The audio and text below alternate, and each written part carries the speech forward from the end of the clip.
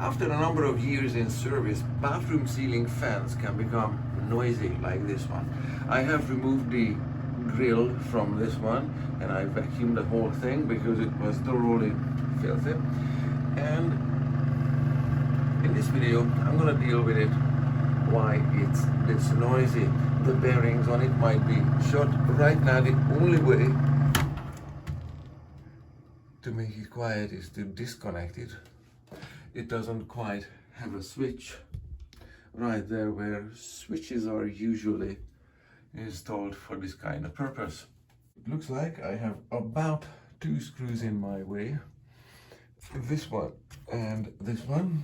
I am armed and dangerous to take this one out of this space because it moves this much, and maybe after cleaning I can do something with the bearings if those are the source of the noise. I'll have a look-see. And 2 screws later, this is how the fan looks like. It's very lightweight.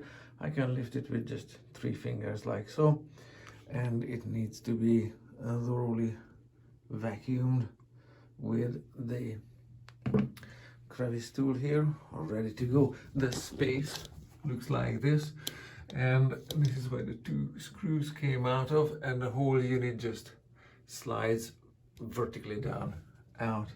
Very, very straightforward. Now,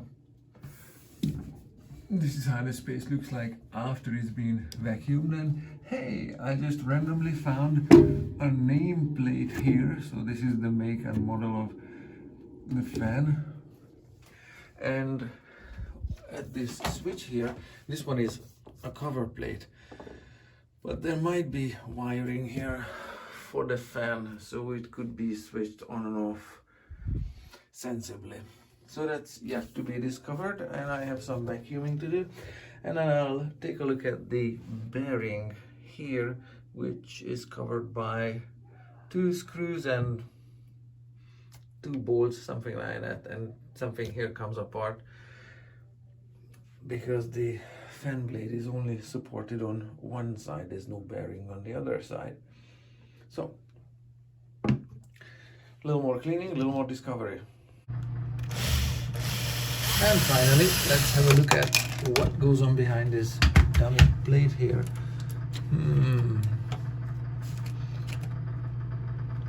I can't see which one of these is actually going to the fan, but I guess a switch could be installed in this space. This one's obviously the light, and there's got to be some wires going to the floor heater control panel above, but some of these wires have to be supplying electricity to the fan. I don't know if I want to install a switch here at the moment.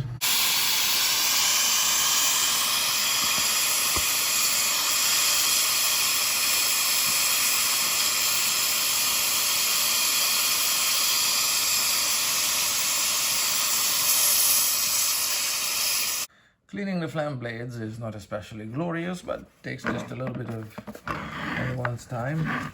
I have here the vacuum set up.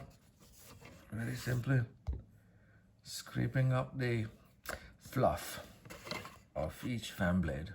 But I'm making good progress here. It's a lot better than when I started.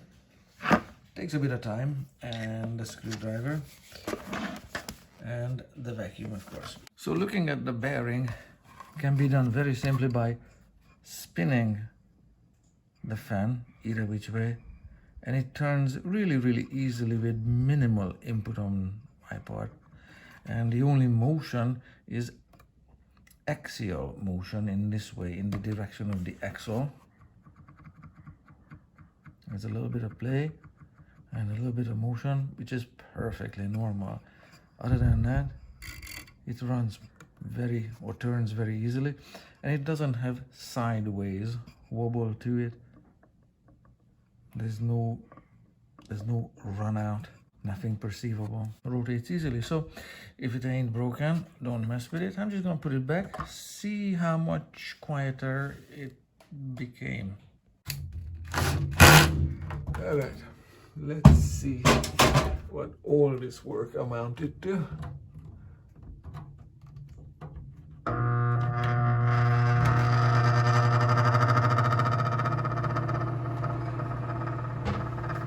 Well, it didn't become noisier.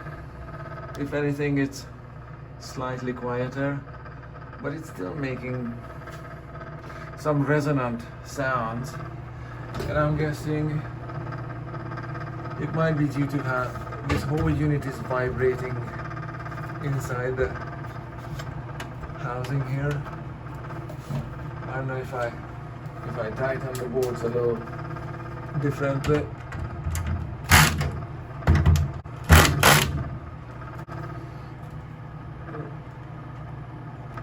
You see,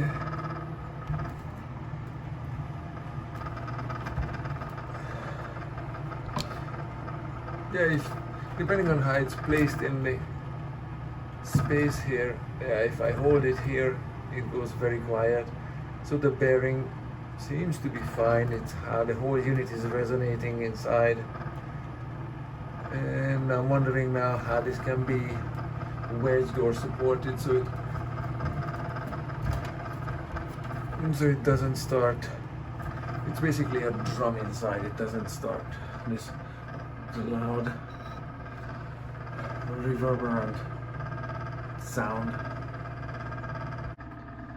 Part of this noise solution here is this very dense foam that I found some in the garbage, some packaging material, and from which, after some experimentation, I cut off this tiny piece with this handsaw and vacuumed up. And this piece of foam now fits right between the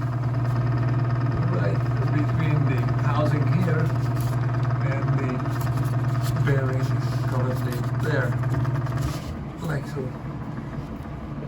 There, problem solved. And I could cut the foam block shorter, but there's absolutely no need.